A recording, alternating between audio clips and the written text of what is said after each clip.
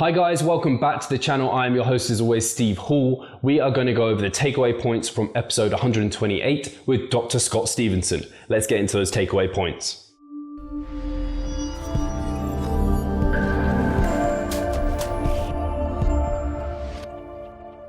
Takeaway point number one is that by using skin fold measurements via calipers and Dexa scans, we might be able to use these together to get a good idea of what our actual body fat percentages are.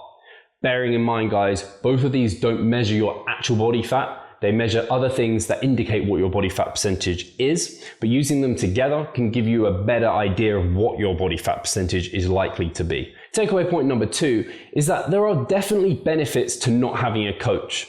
It can really make you think more about your training. However, if you struggle to be objective about your training, if you don't really know exactly what you're doing, or you have to question lots of things and you get deep into the minutiae and struggle with that, then maybe having a coach at the moment is a good idea for you.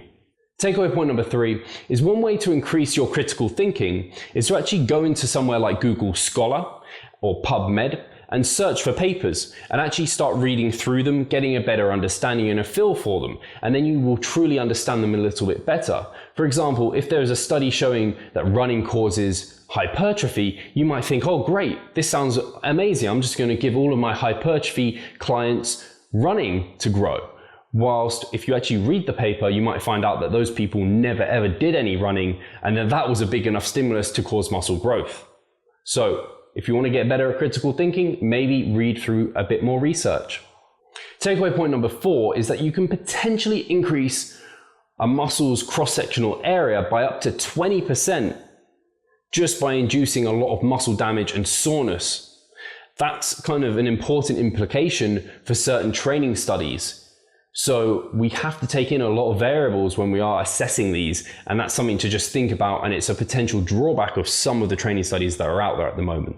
Point number five, it's probably good to have a few people that you can look up to in the industry and see as kind of authorities, but they should really be able to articulate their points well. They should probably use references, and they should be very open-minded, and it's never a case of you should just trust them unknowingly. You should always also try and dig into what they're saying and really find out for yourself so that you're not just trusting people blindly. That's quite an important point for you guys. Our favorite quote from today's podcast is that if you have a scientific claim, then you should probably back it up with a scientific reference. So if you're claiming science, make sure that the science actually says what you're saying and give people a reference for that. So cheers guys, I hope you've enjoyed these takeaway points. I hope you enjoyed the entire episode of the podcast. If you haven't listened yet, definitely recommend you do. As always, give us a like, give us a comment, give us a subscribe and share. We appreciate every single one. Cheers guys, and revive stronger.